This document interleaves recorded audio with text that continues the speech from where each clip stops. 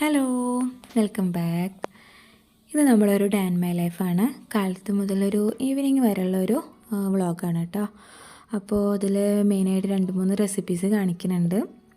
അപ്പോൾ കാലത്ത് ഫുഡ് റെഡിയൊക്കെ കഴിഞ്ഞതിന് ശേഷം പിന്നെ ഉച്ചക്കൽക്കുള്ള കറി ഉണ്ടാക്കാനാണ്. അപ്പോൾ നമ്മുടെ വീട്ടിൽ തന്നെ ഉണ്ടായിട്ടുള്ള കുമ്പളങ്ങക്കറിയാണ് കേട്ടോ ഉണ്ടാക്കുന്നത്.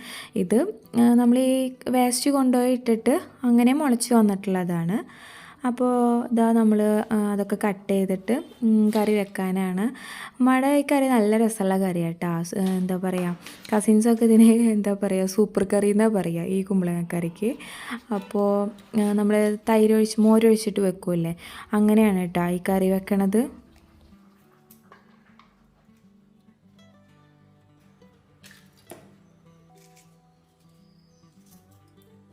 അങ്ങനെ അത് ആ കുമ്പളങ്ങ കഷ്ണങ്ങളൊക്കെ ആക്കിയെടുത്ത് പിന്നെ അതിലേക്ക് നമ്മൾ കുറച്ച് മഞ്ഞൾപ്പൊടിയും അതേപോലെ കുറച്ച് ഉപ്പും പിന്നെ എന്താ പറയുക പച്ചമുളകും കൂടിയിട്ട് കുറച്ച് വെള്ളം കൂടെ ഒഴിച്ചിട്ട്, ഓവർ വെള്ളം ഒഴിക്കേണ്ട, കാരണം കുമ്പളങ്ങയിൽ നിന്ന് തന്നെ അത്യാവശ്യം വെള്ളം ഇറങ്ങും. അപ്പോൾ ഓവർ വെള്ളം ഒഴിച്ച് കഴിഞ്ഞാൽ നമ്മളെ കറി ഒരുമാതിരി വെള്ളം പോലെ ആയിപ്പോകും കേട്ടോ. അപ്പോൾ അതൊരു വിസിലടിച്ച് കഴിഞ്ഞിട്ട് പിന്നെ നമുക്ക് അതിലേക്കുള്ള അരപ്പ് റെഡിയാക്കാം കേട്ടോ.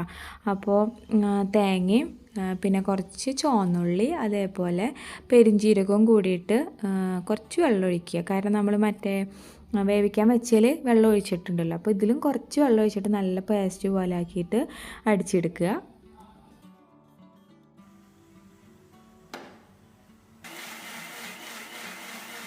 നമ്മൾ ഈ അരപ്പരക്കണയിൽ കുറച്ചും കൂടെ മോരൊഴിക്കണം കേട്ടോ. അത് ഞാൻ റെക്കോർഡിങ് അമർത്താൻ മറന്നുപോയി.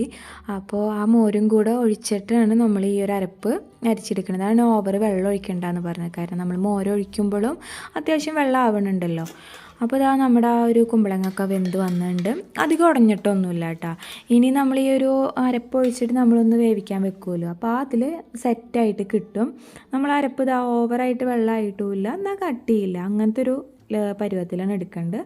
അപ്പോൾ അതൊന്ന് തിളക്കാൻ വേണ്ടി വെച്ച് പിന്നെ അത് കഴിഞ്ഞിട്ട് നമ്മൾ കുറച്ച് ഉലുവ അതേപോലെ എന്താ പറയുക മിളകും കടുകും ഇട്ടിട്ട് ഒന്ന് കടുക് അറുത്തെടുക്കുക. അത്രേ ഉള്ളൂ നമ്മുടെ കറി. അപ്പോൾ നമ്മുടെ ആ സൂപ്പർ കറി റെഡിയായി. പിന്നെ അത് കഴിഞ്ഞതിന് ശേഷം പിന്നെ മുന്നേക്ക് കുറച്ച് സ്കൂളിലത്തെ വർക്ക് ഉണ്ടായിരുന്നു, CA വർക്കൊക്കെ ഉണ്ടായിരുന്നു. അപ്പോൾ ഇതൊക്കെ കാണുമ്പോൾ പണ്ട് ഇതേപോലെ തന്നെ നമ്മൾ ഈ പറമ്പിലും പാടത്തൊക്കെ നടന്നിട്ട് ഇലയും അങ്ങനെയൊക്കെ ഓടിച്ചേരുന്ന ഒരു DPP ഒരു കാലം ഉണ്ടായിരുന്നു. അപ്പോൾ അതൊക്കെയാണ് നമുക്ക് ഈ ഒരു സംഭവത്തിൽ ഓർമ്മ വരുന്നത് കേട്ടോ, മക്കൾക്ക് നമ്മൾ ചെയ്ത് കൊടുക്കുമ്പോൾ. അപ്പോൾ അവൻ ഐഡിയ പറഞ്ഞു തന്നു. അപ്പോൾ ഞാൻ അതേപോലെ ഒക്കെ കൂടെ ഒട്ടിച്ചിട്ട് വെച്ച് കൊടുക്കുകയാണ്.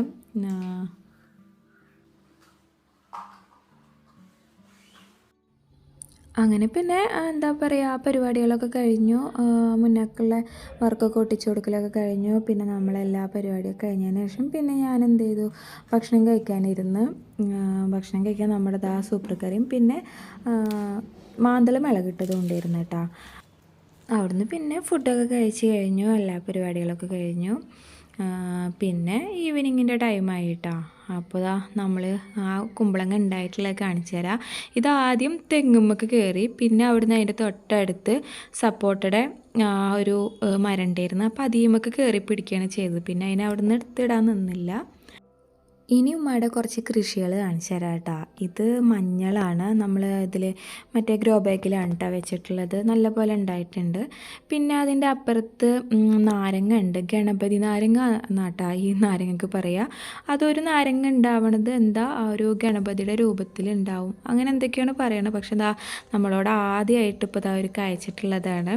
ഭയങ്കര സന്തോഷം, കാരണം കുറേ നാളായിട്ട് എന്താ പറയുക, നമ്മൾ അതൊരു വളർത്തുമ്പോൾ ഒരെണ്ണേ വന്നിട്ടുള്ളൂ. ഇനി അത് വലുതായി വരുമ്പോൾ എന്താ അതിൻ്റെ ഷേപ്പ് എന്നറിയില്ല. അങ്ങനെ പിന്നെ അവിടെ നിന്നുള്ള കുറച്ച് ഇങ്ങനെ വീഡിയോസുകളൊക്കെ ഇങ്ങനെ എടുത്ത് നടന്നു. പിന്നെ അതേപോലെ തന്നെ ഇത് നമ്മുടെ സിട്രസ് ആണ് കേട്ടോ.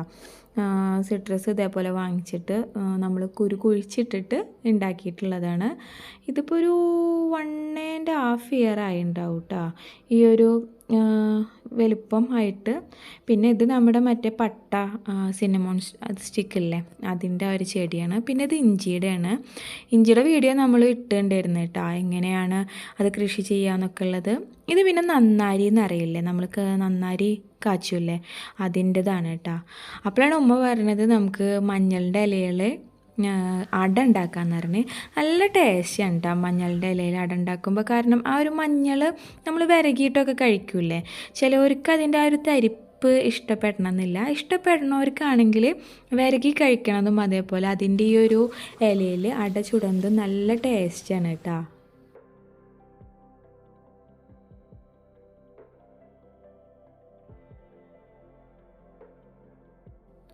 അട ഉണ്ടാക്കുന്ന ഡീറ്റെയിൽ വീഡിയോ ഒന്നും നമ്മൾ എടുത്തിട്ടില്ല കേട്ടോ. അതിന് മുന്നേ തന്നെ നമ്മുടെ ചാനലിൽ നമ്മളെങ്ങനെ അട ഉണ്ടാക്കണ ആ ഒരു കൂട്ടിൽ നമ്മളൊരു സീക്രട്ട് റെസിപ്പി വെച്ചിട്ട് അട ഉണ്ടാക്കണതൊക്കെ എടുത്തിട്ടുണ്ടായിരുന്നു. അപ്പോൾ അത് കാണാത്തവർക്ക് ഉണ്ടെങ്കിൽ ഞാൻ ഡിസ്ക്രിപ്ഷനിലോ അല്ലെങ്കിൽ അയൽക്കാർഡിലോ അതിൻ്റെ ലിങ്ക് കൊടുക്കുക. ആ നേരത്ത് നമ്മളെല്ലാം സെറ്റാക്കി നിൽക്കുന്ന നേരത്ത് കറണ്ടും പോയി. അപ്പോൾ എന്താ പറയുക, ലൈറ്റിൻ്റെ കുറച്ചൊരു കുറവുണ്ട് കേട്ടോ നമ്മുടെ ഈ ഒരു ഭാഗത്ത് വീഡിയോ എടുക്കണതിൽ. അപ്പോൾ നമ്മൾ പ്രസ്സിൽ പരത്തിയിട്ടാണ് കേട്ടോ വെക്കുക. അങ്ങനെ ആകുമ്പോൾ നല്ല നൈസിൽ കിട്ടുകയും ചെയ്യും. അപ്പോൾ ഇതാ നമ്മൾ അട വേവിക്കാൻ വെക്കണം. ഇത് വെന്ത് വരുമ്പോൾ തന്നെ നമ്മൾ ആവി നമുക്ക് തട്ടി തുടങ്ങുമ്പോൾ തന്നെയാണ് ഈ മഞ്ഞളുടെ ഒരു സ്മെല്ലിങ്ങനെ എടുക്കും. നല്ല രസമാണ് കേട്ടോ ആ ഒരു സ്മെല്ലും അതിൻ്റെ ആ ഒരു ടേസ്റ്റ് ഉണ്ടല്ലോ, ആ മഞ്ഞളുടെ ഒരു ടേസ്റ്റ് അത് നമ്മുടെ ഈ അടയമ്മലേക്ക് എടുക്കും കേട്ടോ. അത് ചിലവർക്ക് ആ ഒരു മഞ്ഞളുടെ തരിപ്പ് ഈ എന്താ പറയുക വിരകിയിട്ട് കഴിക്കുമ്പോൾ ആ ഒരു തരിപ്പ് ചിലവർക്ക് ഇഷ്ടപ്പെടില്ല. എന്താ പറയുക, അങ്ങനത്തെവർക്ക് ചിലപ്പോൾ ഈ ഒരു അട ഉണ്ടാക്കിയത് ഇഷ്ടപ്പെടുന്നില്ല. പക്ഷെ എന്നാലും ഇങ്ങനെ ഒരു മഞ്ഞൾ ഉണ്ടെങ്കിൽ എല്ലാവരും ഇതൊന്ന് ട്രൈ ചെയ്ത് നോക്കി കേട്ടോ.